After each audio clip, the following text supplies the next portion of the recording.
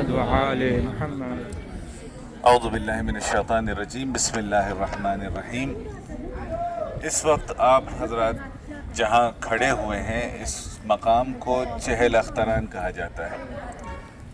چہل اختران، اختر کہتے ہیں ستاروں کو، اور یہاں پہ مراد ہے وہ افراد جو اہل بیت کے گھرانے سے تعلق رکھتے تھے، سادات تھے، اور ان کا یہ خاندانی قبرستان ہوا کرتا تھا جہاں پر نسلاً بعد نسل یہاں پر ان کی قبوریں موجود ہیں۔ اس جگہ پر دو کافی پرومیننٹ قبریں ہیں، اور اس کے علاوہ اس طرف آپ جب جائیں گے تو یہاں پر وہ مجموعہ ہے قبور کا، جہاں پر اس وقت تقریباً 18 افراد کے نام موجود ہیں، لیکن تاریخ میں ہے کہ یہاں پہ 100 سے زیادہ قبریں ہیں۔ چونکہ یہاں پر اس خاندان کی بیٹیوں کی قبر زیادہ ہے، تو یہاں کے جو محلے کے رہنے والے لوگ ہیں اسے چہل دختران بھی کہتے ہیں۔ تو ہم اگر آپ یہاں لوکل لوگوں سے پوچھیں گے تو چہل اختران سے زیادہ ان کی زبان پہ چہل دختران ہے۔ بہرحال یہاں پہ سب سے اہم قبر جو ہے وہ اس طرف سے اندر جانے پہ ہے جناب موسی مبرقہ کی قبر۔ جناب موسی مبرقہ 9ویں امام کے بیٹے ہیں اور 10ویں امام کے بھائی ہیں، اور ہندوستان میں جو رضوی سادات ہیں ان کے مورث اعلیٰ ہیں۔ جتنے بھی رضوی اپنے آپ کو لکھتے ہیں ہندوستان میں وہ سب کے سب جناب موسی مبرقہ کے بیٹے ہیں۔ اس کی وجہ کیا تھی؟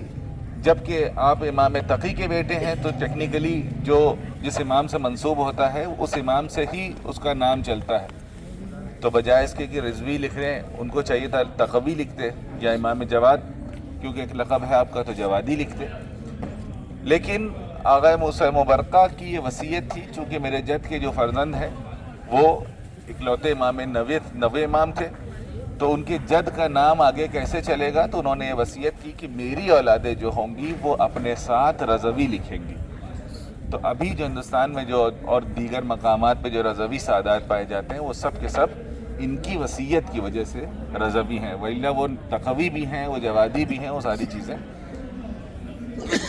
آپ کی نام کے ساتھ ایک لفظ آتا ہے، آپ کا نام تھا موسیٰ، اور آپ کو پکارنے کے لوگ کہتے تھے مبرقہ۔ مبرقہ کہنے کی وجہ یہ تھی کہ آپ اتنے خوبصورت اور شکل و شمائل کے تھے کہ جب آپ اپنے گھر سے نکلتے تھے تو چہرے پہ نقاب ڈال کے نکلتے تھے، چہرے پہ برقع ڈال کے نکلتے تھے۔ اس وجہ سے آپ کا نام ہو گیا موسی مبرقہ۔ اور یہاں پر جو لوگ رہتے ہیں اطراف میں اور ان کے آل و اولاد میں سے ہیں، انہیں آج بھی میں سادات برقعی کہا جاتا ہے، چونکہ وہ سب کے سب جناب موسی مبرقہ سے منسوب ہیں۔ اس کے علاوہ آپ بڑی عظیم شخصیت تھے، امام کے بیٹے تھے، امام کے بھائی تھے، کافی ساری روایت ان سے نقل ہوئی ہے۔ اور اس کے علاوہ یہاں پر جو دوسری قبر جہاں پائی جاتی ہے وہ جناب زید کی ہے۔ جناب زید چوتھے امام، امام زین العابدین علیہ الصلوۃ والسلام سے صلی علی محمد تقریباً 8ویں نسل ہیں۔ آپ ان کے بیٹے کے بیٹے کے بیٹے سے چل کے وہ 8ویں نسل کے ہیں جن کی قبر یہاں پر موجود ہے۔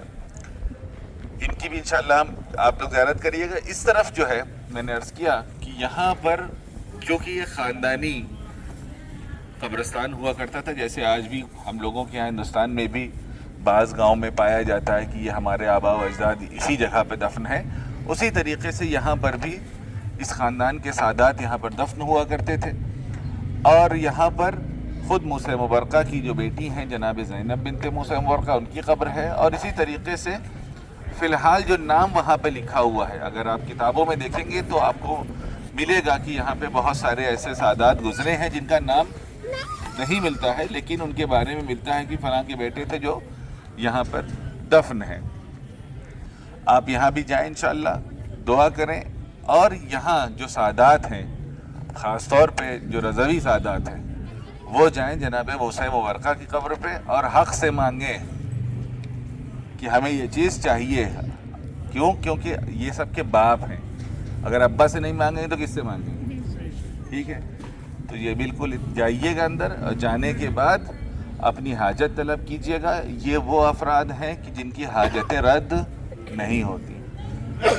آپ ان کو وسیلہ قرار دیں, انشاءاللہ آپ سب کی زیارت بھی قبول ہو اور آپ سب کی حاجتیں بھی پوری ہوں. بر محمد و آل محمد صلوات. اللهم صل على ایک ضروری اعلان اور آل محمد وعجل. اندر جاتے وقت یہاں پر ابھی جو صاحب آ کے بتا کے گئے ہیں کہ اندر جاتے وقت اگر آپ سے کوئی کچھ ہدیہ مانگے کہ یہ انگوٹھی دے دو, یہ فون دے دو, تو بہت سترک رہیے گا, ساودھان رہیے گا. جی.